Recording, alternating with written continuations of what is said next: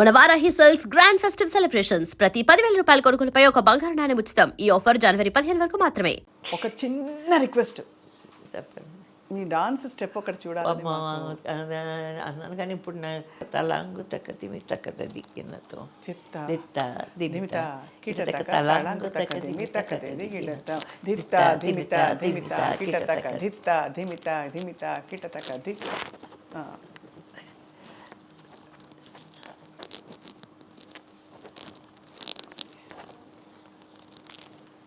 ఎంత అందంగా చేశారు, ఎంత గ్రేస్ఫుల్గా ఉన్నారు. బ్యూటిఫుల్, అసలు you're such a beautiful soul. మీకు మరిన్ని క్యారెక్టర్స్ అసలు అసలు మీరే వరల్డ్ రికార్డ్ అవ్వాలి. Maximum number of films acted by female artist అని కేటగిరీలో బహుశా అయి ఉంటారు కూడా. మీరు అలా రాణిస్తూ ఏం లేదు, నాకు ఒకటే అదే కోరిక అన్నారు కదా, హెల్తీగా ఇప్పుడున్న హెల్త్ ఇలాగే ఇంకా మంచి హెల్త్ అంటే ఎక్కడ వస్తుంది, ఏజ్ పోను కొంచెం పీస్ఫుల్గా ఉండాలి, లైఫ్ పీస్ఫుల్ ఎండ్ పీస్ఫుల్గా ఉండాలి, మనశ్శాంతితో ఉండాలి, పీస్ఫుల్గా ఉండాలి, అందరూ నా కళ్ళ ముందు ఉండాలి. అది మెయిన్ కోరిక. భగవంతుడు తప్పకుండా మిమ్మల్ని చాలా దీవించి జీవిస్తూ ఇప్పుడు అది కొనసాగుతుందని మనస్ఫూర్తిగా ఆశిస్తున్నాను. వై విజయ్ గారు, మీ తెర వెనకాల ఇప్పుడు మీరు వంట కూడా చేస్తారు కదా, మంచి మంచి గుమగుమలు వస్తున్నాయి మీ ఇంట్లో. మా అమ్మాయి ఈరోజు బిర్యానీ చేస్తుంది. అయితే మా అమ్మాయి గురించి మీరు అడగలేదు, ఆయన ఒకే అమ్మాయి కానీ మా అమ్మాయిని కనడానికి కూడా ఎన్ని అడ్జస్ట్మెంట్లు. కానీ ఇన్ని వందల సినిమాల్లో నటించి తెలుగులో మీరు ఇంత రాణించి మీకు తెలుగులో రావాల్సినంత గుర్తింపు రాలేదేమో అనిపిస్తుందండి. అది నిజమేనా? ఎన్ని అవార్డ్స్ వచ్చిండొచ్చుగా, కానీ ఒక స్టేచర్ అంటారే అది అది ఎందుకు ఇవ్వలేదు మీకు? మీకు అది హక్కుగా రావాలి కదా. అది ఆ ఏజ్లో నాకు 13, 14, 15 ఇయర్స్లో వచ్చుంటే ఇప్పుడు అటు ఇటు కానీ వయసు ఒకటి. తర్వాత నేను కూడా ఎక్కువగా ఇంట్రెస్ట్ చూపించి ట్రై చేయకపోవడం నా సైడ్ ఒకటి. తర్వాత అప్పుడు కొత్త వాళ్ళకి పెద్దగా ప్రోత్సాహం లేదు. అదే కొత్త వాళ్ళని అసలు తీసుకోరు, అసలు ఏమి తెలియదమ్మా. అప్పటికే హార్స్ రైడింగ్ వచ్చా, స్విమ్మింగ్ వచ్చా, డ్రైవింగ్ వచ్చా, డ్యాన్స్ వచ్చా, తర్వాత అందం, ఓకే అందం, ముక్కు ఇలాగ ఉండాలి, కళ్ళు ఇలా ఉండాలి, స్ట్రక్చర్ బాగా ఇదిగా ఉండాలి, అప్పుడు సన్నగా ఉండాలి అనే ప్రసక్తే లేదు. ఎంత లావుగుంటే అంత మంచిది, ఎంత లావుగుంటే అంత పుష్టిగా. అదే రామారావు గారు కూడా అడిగారు కదా, నువ్వు నా పక్కన ఆనవమ్మ, కొంచెం లావు అవ్వాలి.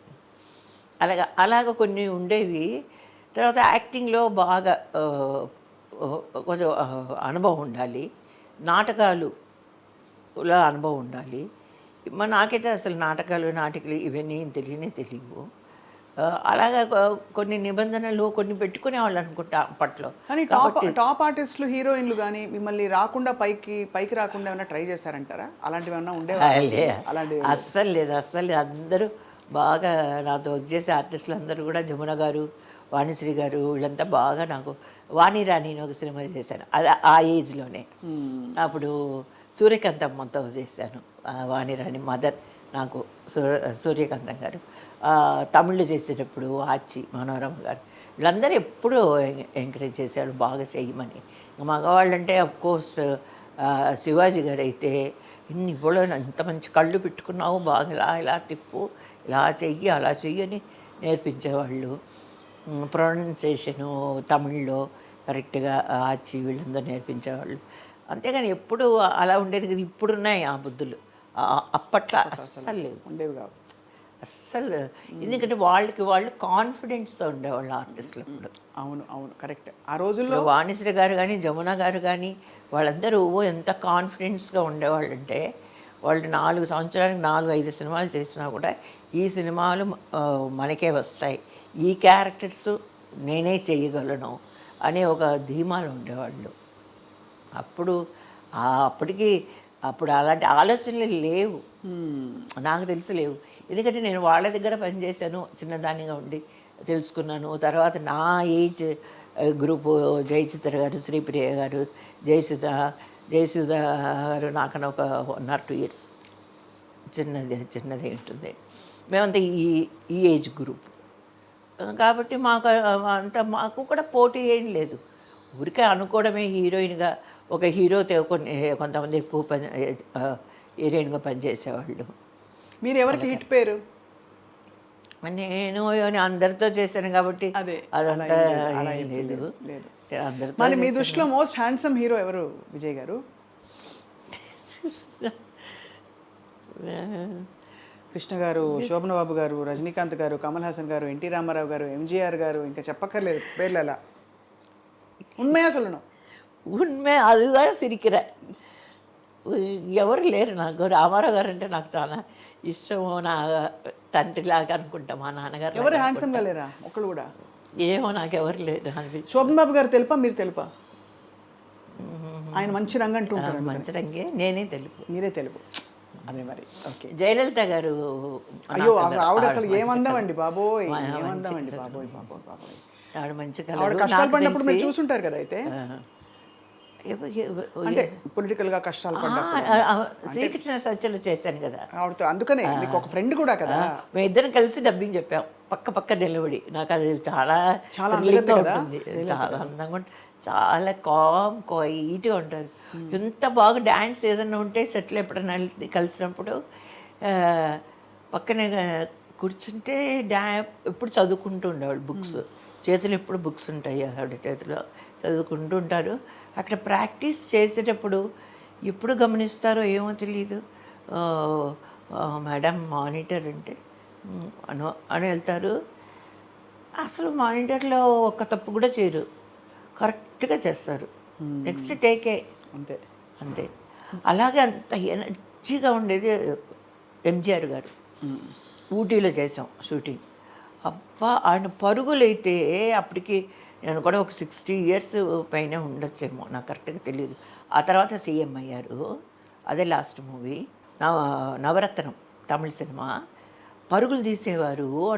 ఊటీలో కొండ మీద ఏది పట్టుకోకుండా అలా టక్ టక్ టక్ టక్ టక్ టక్ టక్ అలా దిగి వెళ్ళిపోయేవారు షార్ట్కి. మళ్ళీ ఇంకొక షాట్ పెట్టడానికి, ఈ షాట్ అయిపోయిన వెంటనే ఇంకొక షాట్ లొకేషన్కి అలాగ దిగి వెళ్ళిపోయేవారు. ఆ వయసులో అసలు మనమైతే ఎంత చేతులు పట్టుకొని మెల్లగా దిగుతాము, ఆయన అలా దిగిపోయేవాళ్ళు. అదేవిధంగా ఆయనకు తల చుట్టూ కళ్ళు ఉంటాయంటారు. అది ఏంటంటే కెమెరా ఇక్కడ కరెక్ట్గా ఈ ప్లేస్లో జూమ్ చేయమని చెప్తారు. ఆయన వీణ వాయిస్తున్నట్టు, మేము గిటారాతో, అది ఒక పోటీ సాంగ్ అనమాట. చేసేటప్పుడు ఇక్కడ ఇక్కడ ఈ ప్లేస్లో జూమ్ రావాలి అని చెప్పి కెమెరామెన్కి చెప్తారు కదా. టేక్లో ఆయన వీణ వాయిస్తూ పాడుతూ కట్ అని చెప్పేస్తారు. కట్ అని చెప్తే మేము ఊరికి అబ్జర్వ్ చేసిందే. కట్ అని చెప్తే என்ன சார் అని వచ్చి డైరెక్టర్, ఏపీ నాగరాజన్ గారు డైరెక్టర్, అంటే ஏன்பா தம்பி நீ என்ன எங்கே ஜூம் பண்ண, நான் இந்த இடத்துல தானே பண்ண சொன்னேன், நீ வேறு ఏదో இடத்துக்கு పోయి பண்ண జూమ్ అంటారు. అంటే కాన్సన్ట్రేషన్తో పాట పాడుతూ మళ్ళీ ఆ జూమ్ ఆయన చెయ్యి వెళ్ళాలి కదా ఆ జూమ్ చేసేదానికి. అది గమనించారంటే ఇంకెంత పెద్ద మీద ఉండాలి. అవును మరి. సో ఇద్దరు అలాగా శివాజీ గారేమో టాలెంటెడ్. తర్వాత ఆయన దగ్గర నేర్చుకుంది ఏంటంటే 7 o'clock కాల్ షీట్ అంటే 6:55కి వచ్చేస్తారు శివాజీ. టైం అంటే టైమే. అబ్బా, టైం అంటే టైము.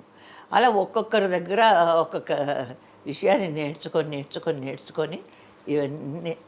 అందుకని ఈ రోజుకి నాకు టెన్షనే. ఈ రోజుకి నాకు టెన్షన్. మీరు వస్తున్నారు, మీరు వచ్చేది 10:30కు 11 గంటలు, నేను 6 గంటలకే లేచి కూర్చున్నా. అబ్బో, నేను నిద్ర పట్టదు. షూటింగ్ అంటే ఇంకా నిద్ర పట్టదు 6 తర్వాత. అవును. ఇదే షూటింగ్ లేదంటే మైండ్ క్లియర్గా ఉందంటే 8:30 వరకు పడుకుంటాను. 8:30 వరకు అలా అలవాటు అయిపోయింది, అంతే, ఇంకేం లేదు. అమేజింగ్. అంటే మీరు ఇన్ని సినిమాల తర్వాత ఇది మెయింటైన్ చేస్తున్నారంటే చాలా గ్రేట్. తర్వాత మీరు గ్రహించారో లేదో, మీరు ముగ్గురు ముఖ్యమంత్రులతో కలిసి యాక్ట్ చేశారు. ఎన్టీఆర్ గారు, ఎంజీఆర్ గారు, జయలలిత గారు, ముగ్గురితో చేశారు. స్టిల్ కూడా ఉంది. ఒక ఫంక్షన్కి వచ్చారు, మా డ్యాన్స్ ఫంక్షన్కి రామారావు గారు, ఎంజీఆర్ గారు ఇద్దరు వచ్చారు డ్యాన్స్ ప్రోగ్రామ్ చూడటానికి. నేను, జయచిత్ర, ప్రభ, ఒక అమ్మాయి ఏదో విజయ విజయలక్ష్మి ఒక ఆర్టిస్ట్, నలుగురం చేసాము. రెండు ఐటమ్స్ చేసాం మేము. చేస్తే వచ్చారు, ఇద్దరు వచ్చారు. ఇప్పుడు డాన్స్ చేస్తున్నారమ్మా? చేయడం లేదు, కానీ ప్రోగ్రామ్స్ ఇచ్చాను. అరంగేట్రం తర్వాత తృప్తిగా ఒక 100 ప్రోగ్రామ్స్ ఇచ్చాను. అబ్బా. అన్ని తమిళనాడులోనే ఇచ్చాను ఎక్కువగా. తమిళనాడులో మీ ఫేవరెట్ డాన్స్ ఐటమ్ ఏది? మామ కలాపం. మీరు సత్యభామ కరెక్ట్గా సూట్ అవుతారు. మామ కలపం బాగుంటుంది. చిలిపితనం ఉంది కొంచెం, అందంతో పాటు ఆవిడ కోపం కోపం, చిలిపితనం అన్నీ ఉండాలి కదా. సో అది అందుకని హీరోయిన్గా అదే మీరు అడిగింది ఏంటంటే అలాగా ఆ ఏజ్ బార్ అయింది కదా, అవును కరెక్ట్. అయింది. తర్వాత నేను తెలుగు ఇండస్ట్రీకి అప్పుడే వచ్చుంటే తెలుగులో హీరోయిన్గా వచ్చిండేదాన్ని. ఆ తర్వాత తెలుగు ఫీల్డ్ మర్చిపోయారు మొత్తం. తమిళకి వెళ్ళాను. తమిళ్లో హీరోయిన్గా చేస్తూ చేస్తూ క్యారెక్టర్ ఆర్టిస్ట్గా మారాను.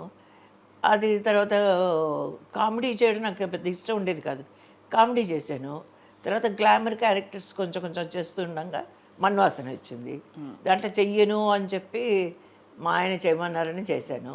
అది తెలుగులో మాపల్లిలో మంగమ్మ గారి మనవడు చేశారు.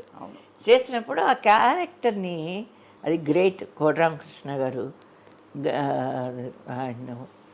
ఆయన అసలు జన్మలో మర్చిపోకూడదు. కోటరామకృష్ణ గారిని, భార్గవాట్స్ గోపాల్ రెడ్డి గారిని. ఎందుకంటే ఆ క్యారెక్టర్ని చాలా మోల్డ్ చేసి మాపల్లిలో గోపాలుడు సినిమాలో పెట్టారు. పులుసు ఆ పులుసు తర్వాత మా మ్యారేజ్ అయింది. ఆ సినిమా రిలీజ్ ముందే షూటింగ్ జనవరి 27 మా మ్యారేజ్. 26 నైట్ 12 o'clock కూడా నేను షూటింగ్ చేశాను కుండ్రత్తూరులో, చెన్నైలో చేశాను. 27వ తేదీ మా మ్యారేజ్ అయింది. ఆ తర్వాత సినిమా రిలీజ్ అయింది. అప్పుడు తమిళ్లో కూడా చేశాను, బాలచంద్ర గారి సినిమా కళ్యాణాగదిగళ్. అందులో నేను మెయిన్ క్యారెక్టరు. ఒక హాస్టల్ లాగా ఓన్లీ గర్ల్స్, అంటే అందరూ ఆ ఫ్యామిలీస్ అంతా ఒక్కొక్క ఫ్యామిలీలో ఒక్కొక్క ప్రాబ్లంతో సింగిల్ ఉమెన్గా బయటకు వచ్చేసి ఒక హాస్టల్ లాగా ఇప్పుడు జరిగేటివన్నీ అప్పుడు తీశారు చూడండి ఆయన సినిమాలు. అవును అవును అవును. ఎంత విజనరీ కాబట్టి ఆయన అలా చరిత్రలో నిలబడిపోయారు. మీరు ఇంత మంచి అద్భుతమైన నటిగా మీ సినిమా ఇండస్ట్రీ చూశారు. మీ అమ్మాయిని మీ తర్వాత ఇండస్ట్రీ ఇంట్రొడ్యూస్ చేయాలని కానీ తనకి ఇంట్రెస్ట్ కానీ లేదా? అస్సలు పాపం ఒకవేళ ఉందో ఏమో ఈ రోజు వరకు నేను అడగలేదు. అప్పట్లో చదువు ముఖ్యం అని చెప్పి మా ఆయన చదువు చాలా, ఆయన దీంట్లోనే ఉన్నారు కాబట్టి, ప్రిన్సిపల్గా కరెస్పాండెంట్గా ఉన్నారు కాబట్టి మా అమ్మాయి చదువు విషయంలో మా ఆయనే టేకప్ చేశారు. ఏ రోజు మేము అడగలేదు. షూటింగ్స్కి వచ్చేది కానీ స్పాట్కు తీసుకెళ్ళేదని కాదు. మా ఆయన కానీ మా పాప కానీ రూమ్లోనే ఉండేవాళ్ళు. తర్వాత కాలేజ్ అయిపోయింది. కాలేజ్ అయిన తర్వాత జాబ్ చేసింది 2 years. అంటే మేము కావాలని కొంచెం ఎక్స్పోజ్ అవ్వాలి ప్రపంచానికి, అది తెలియాలి, ప్రపంచం అంటే ఏంటని తెలియాలని 2 సంవత్సరాలు జాబ్ చేసింది. ఆ తర్వాత పెళ్లి చేసేసాం. మీరే చూస్ చేసేసారు? మేమే చూసి అరేంజ్ మ్యారేజే. తనకు 23 years ఉన్నప్పుడే చేసేసాం. మీకు మనవడు కదా? మనవడు పేరు రూబెన్. రూబెన్ రూబెన్ ఇక్కడే ఢిల్లీ పబ్లిక్ స్కూల్లో చదువుతున్నాడు. ఇప్పుడు బాబు కోసం, పాప కోసం నేను మా ఆయన హైదరాబాద్ షిఫ్ట్ అయిపోయారు. ఎనివే ఇప్పుడు ఇండస్ట్రీ అంతా ఇక్కడే ఉంది. ఓకే, నాకు అన్ని కలిసి వచ్చాయి. అన్నీ ఉన్నాయండి హైదరాబాద్లో, ఎక్కడికి వెళ్ళాల్సిన అవసరం లేదు. అదే అన్ని మంచి హాస్పిటల్స్ ఉన్నాయి, మంచి. అబ్బా మారిపోయింది అసలు, అప్పటికి ఇప్పటికి ఇది ఫారిన్ లాగా ఉంది ఇప్పుడు హైదరాబాద్. అంత అది కేసీఆర్ గారి పాలన చెప్పాలంటే కదా, నిజంగా గ్రేట్. అసలు కొన్ని చోట్ల ఇటు సైడ్ గచ్చిబౌలి, ఇటు సైడ్ మాదాపూర్, ఇటు సైడ్ అంతా వెళ్తుంటే ఏదో ఆ బ్రిడ్జెస్ ఎక్కి దిగుతుంటే ఏదో ఫారెన్లో కొన్ని ఏరియాస్ బ్యూటిఫుల్గా ఉన్నాయి, చాలా బాగున్నాయి. చాలా ఇక్కడ ఓఆర్ఆర్ కానీ అన్నీ చాలా బాగున్నాయి. అప్పట్లో మేము అందరికీ తెలుసు, మాకు జూబ్లీ హిల్స్ వరకు, బజార్ హిల్స్, జూబ్లీ హిల్స్ అంతే. ఆ తర్వాత ఈ కొండ దిగలేదు మేము ఇప్పుడు. పద్మాలయ స్టూడియోకి రావాలంటే కొండ ఎక్కేవాళ్ళు. అదే ఇప్పుడు కొండ దిగినాకనే ఉంది అంతా ప్రపంచం అంతా. మీరు ఎప్పుడు పాలిటిక్స్లోకి యాక్టివ్గా రాలేదా? వచ్చారా, రావాలనుకున్నారా క్యాంపెయినింగ్కి? దానికి లేదు. తమిళనాడు అడిగారు, డిఎంకే సైడ్ అడిగారు, ఏడిఎంకే సైడ్ అడిగారు. బాబాయ్ వద్దు, అసలు రెండు సైడ్లు మాట్లాడడం మనకు చేత కాదు. అసలు చాలా విషయాలు అనవసరంగా వీళ్ళని తిట్టాలి వాళ్ళని తిట్టాలి, ఎందుకు వచ్చిన గొడవ, ఆ పాపాలంత అవుతాం అనుకో అది అనుకున్నా. పాలిటిక్స్ అయితే తెలంగాణ ఆంధ్ర పాలిటిక్స్ పెద్దగా నాకు తెలియదు. తమిళనాడు పాలిటిక్స్ మా ఆయన చూస్తుంటారు కాబట్టి చెప్తుంటారు, వింటుంటాను. ఆ పాలిటిక్స్ కొంచెం తెలుసు, కానీ మనకు చాలా దూరం, పాలిటిక్స్కి చాలా దూరం. నాకు తెలిసినప్పుడు నేను దిగను, మనం భరించలేము అవన్నీ. ఇంకా టెన్షన్. సినిమాలన్నా యాక్ట్ చేయాలి, అక్కడ ఇంకా యాక్ట్ చేయాలి కదా. అవునవును, సినిమాల్లో మీరు ఇంకా కనిపించాలి. మీరు ఇంకా ఎంత మీకు 50 ఏళ్ళు, 48 ఏళ్ళు, 50 ఏళ్ళు అంటే అందరూ అలాంటి క్యారెక్టర్స్ అన్నీ మీకు ఇచ్చేయచ్చు హ్యాపీగా. నిజమా? 45 45 45 అంటే ఇంట్లో కొంచెం పెద్దదిన అలాంటి క్యారెక్టర్స్ అన్నీ మీరే చేసేయాలి. ఇక్కడ బామ్మ అనుకుంటున్నా నేను. బామ్మ మీరు బామ్మ లేదు, భామ. నో, నాట్ బామ్మ.